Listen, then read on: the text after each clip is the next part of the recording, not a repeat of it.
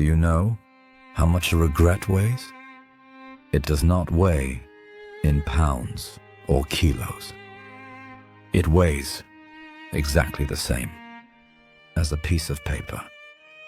Look at this. It is a plane ticket. British Airways, first class, to Venice. I have carried this in my pocket every single day for 10 years. It is the lightest thing I own. And yet, it is so heavy. It is crushing my ribs. It is breaking my spine. And it is stopping my heart. You think I am rich because I have $12 million? No. I am the poorest man alive because I hold the ticket to paradise in my hand. But the passenger is gone. Let me tell you about the woman I killed with a calendar, Martha. She didn't live in this mansion. No, she lived in the kitchen, waiting. She had a map of Italy pinned to the refrigerator door. Every morning, she would touch it, and every night, I would come home, smelling of expensive whiskey and cheap excuses. Not now, Martha. The market is down. Not now, Martha. The merger is coming.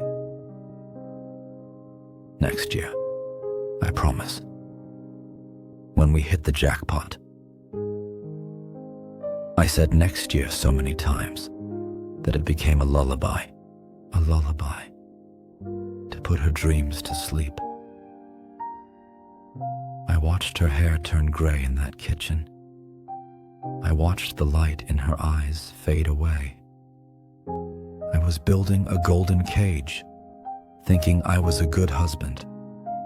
I didn't realize that inside that cage, my bird was dying of silence. 10 years ago, the day of the $12 million deal, I walked out of the skyscraper, feeling like a god. I went straight to the travel agency. I slammed my credit card down. 2 tickets, Venice, first class, tomorrow. I put the tickets in my inside pocket, right here, against my heart. I thought, finally, I will go home. I will show her the tickets, and I will be the hero. But then, my ego stopped me.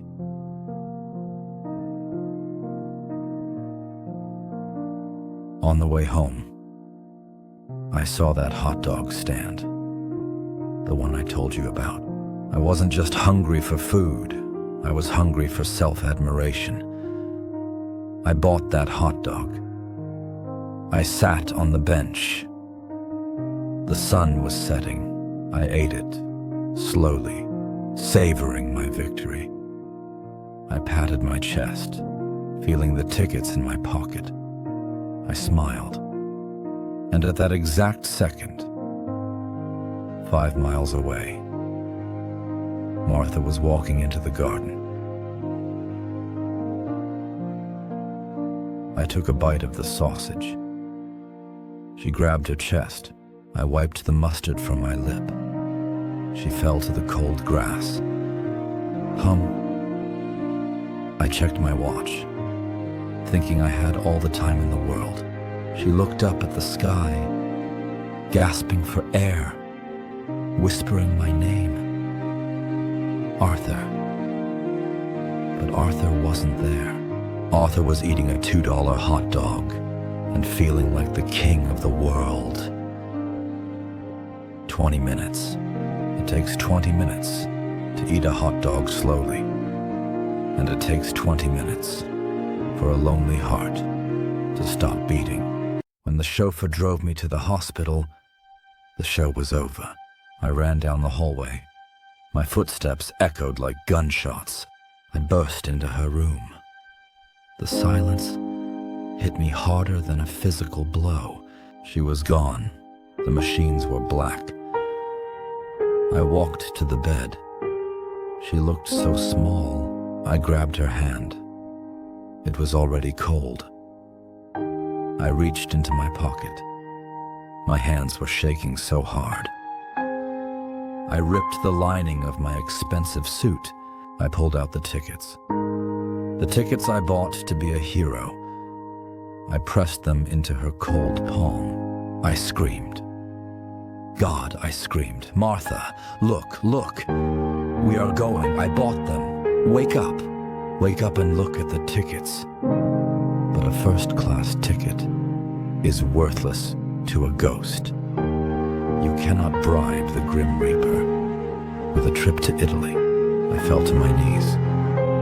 I held the ticket in one hand, and her dead hand in the other.